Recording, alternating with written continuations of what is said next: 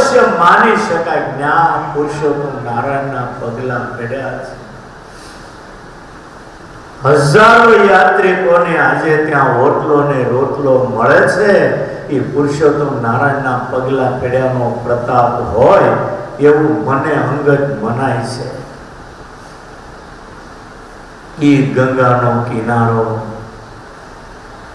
હજારો ઋષિ મુનિઓની તપસ્યા ભૂમિ અને પુરુષોત્તમ નારાયણના જે પગલા પડ્યા એ ભૂમિને હું કોની ઉપમા આપું, કલ્પના કરો. આધારાનંદ સ્વામીએ લખ્યું ત્યાં ગંગાજી પ્રગટ થયા. નીલકંઠ વર્ણીને પંચાંગ પ્રણામ કરી માથું નમાવી પ્રાર્થના કરી, પ્રભુ બહુ ભૂખ્યા થયા છો, બહુ વિચરણ કરે છે. આપ કઠોર સાધનામાં ગતિ કરીને એટલે હું તમને રોકી શકું એમ નથી, પણ પ્રભુ મારે દ્વારે આવ્યા, મારું થોડુંક સ્વાગત સ્વીકારો. આપને કોઈ વસ્તુની જરૂર નહીં, પણ કરોડો જીવના કલ્યાણે માનવ દેહ ધરીને આવ્યા, અને માનવ દેહ ધર્યો એટલે શરીરને અન્ન અને જળતો છું. તો હું તમને થાળ બનાવીને જમાડું, જમીને પછી આગળ ગતિ. દિવ્ય સામગ્રી પ્રગટ કરી ગંગાજી રસોઈ બનાવી નીલકંઠ વર્ણીને જમાડે છે. ને 2 લાખ રૂપિયાનો ખર્ચ કરી વર્ષો પહેલા ગંગા કિનારે વર્ણીને ગંગાજી જમાડતા હોય ને એવો ગુજરાતનો સૌથી મોટો આર્ટિસ્ટ જે ગઢડાનો ફતેહસિંહ વાળા, એની પાસે મેં આ તકતો કરાવ્યો. એમાં પણ બહુ મોટા ચમત્કાર બન્યા છે. નો કહેવાય પણ યાદ છે, કહી દઉં કે એ પેન્ટરને હું અહીંયા મૂર્તિ કરવા બોલાવતો, એ ના આવે, હાથે પગે લાગી હું અહીંયા લાવતો. રૂમમાં તાળો મરાવું, અંદર કામ કરાવું, બહારના ખમણ જોઈએ, બહારના ખમણ એને ખવડાવું, બપોરે અહીંયા જમાડું. હારે જઈને રૂમમાં પૂરી તાળું મારવું પડે, નહીં તો એને કરોડપતિઓ હાથ જોડી બોલાવે, એ મારી પાસે રહેવા તૈયાર નહોતા. પરાણે એને રોકીને કામ કરાવો. ક્યારેક જમીન બહાર આવે, દરવાજા બહાર નીકળે, છટકી જાય, રિક્ષા બે વયો જાય, ટ્રેન પકડી ગઢડા વયો જાય, બસ પકડી ગઢડા વયો. 7-8 વખત મારે ગઢડા એને પકડવા જવું પડ્યું, અને 2-3 વાર તો આપણા મોટા ગુરુ એને લેવા દે. હાથે પગે લાગી, બોલ્યો કે હું કામ કરું નહીં, અમે પગે લાગી કહીએ તારી પાસે કામ કરાવું. રૂપિયા ઓછા નક્કી કર્યા હતા.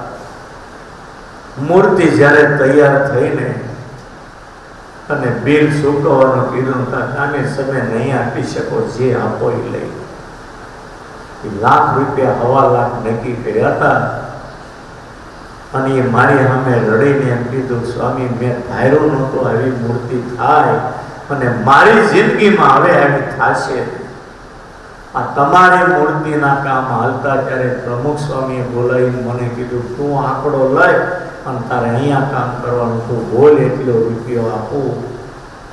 છતાંય તમે પકડી લાવ્યા. મારે મૂર્તિ હારી નહોતી કરવી તો એ હારી થઈ, અને પછી જે મારી સામે રેડ્યો છે, મારું હૃદય પીગળી ગયું. પછી મેં એને 2 લાખ રૂપિયા આપ્યા, વધારે 50,000 આપ્યા.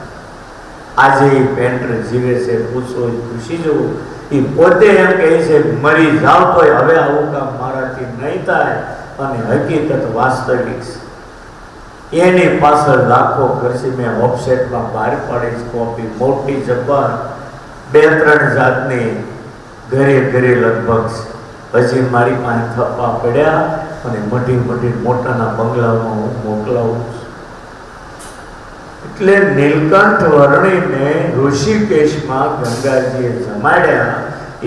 એક કથા આધારાનંદ સ્વામીના ગ્રંથમાં છે, અને હિન્દી ભાષાની કડીઓ પણ એમાં નીચે લખી છે.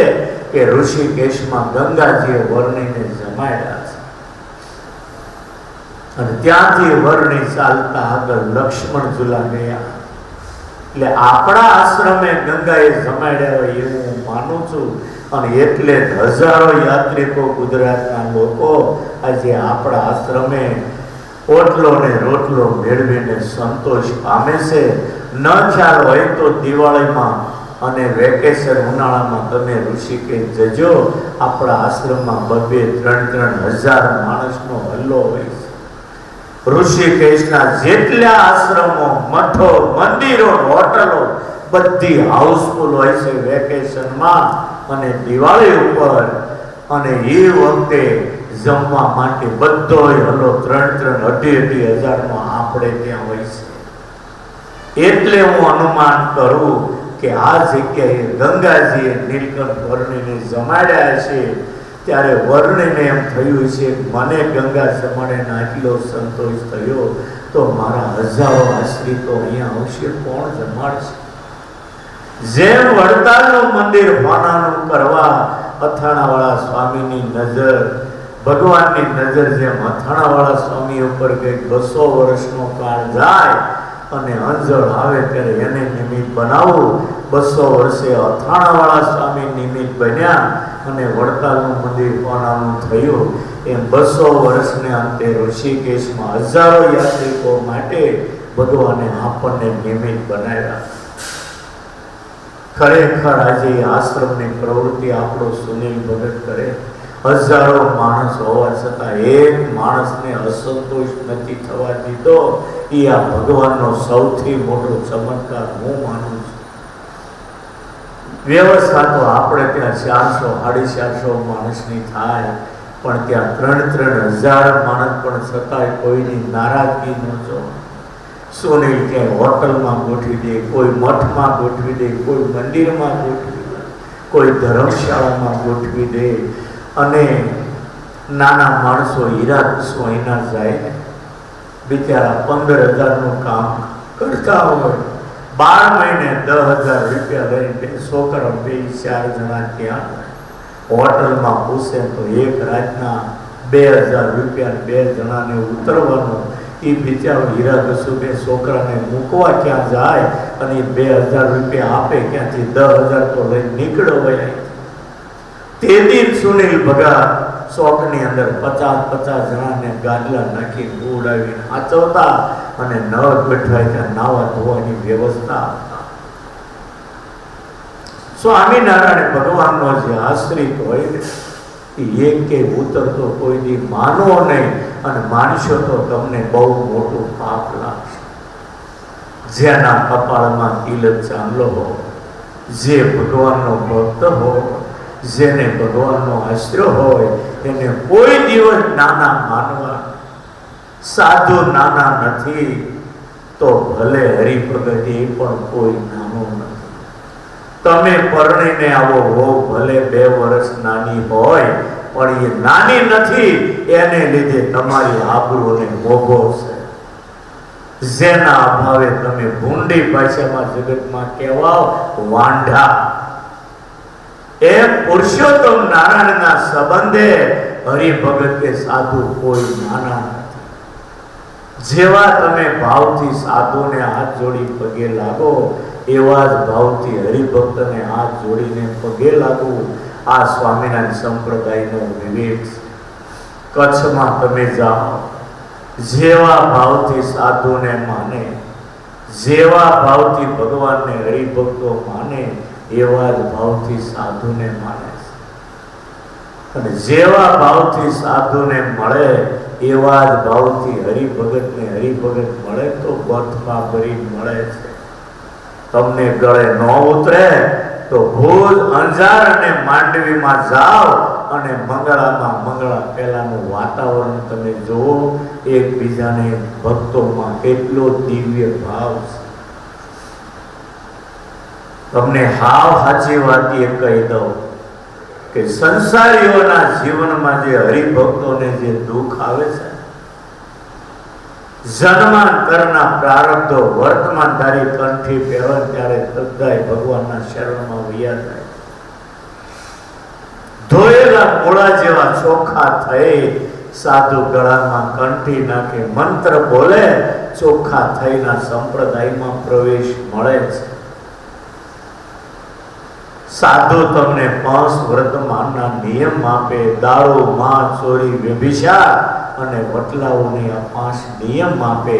પછી આ સત્સંગમાં દુઃખ હોય જ નહીં તો આ દુઃખ આવે છે ક્યાંથી? મોટો પ્રશ્ન છે.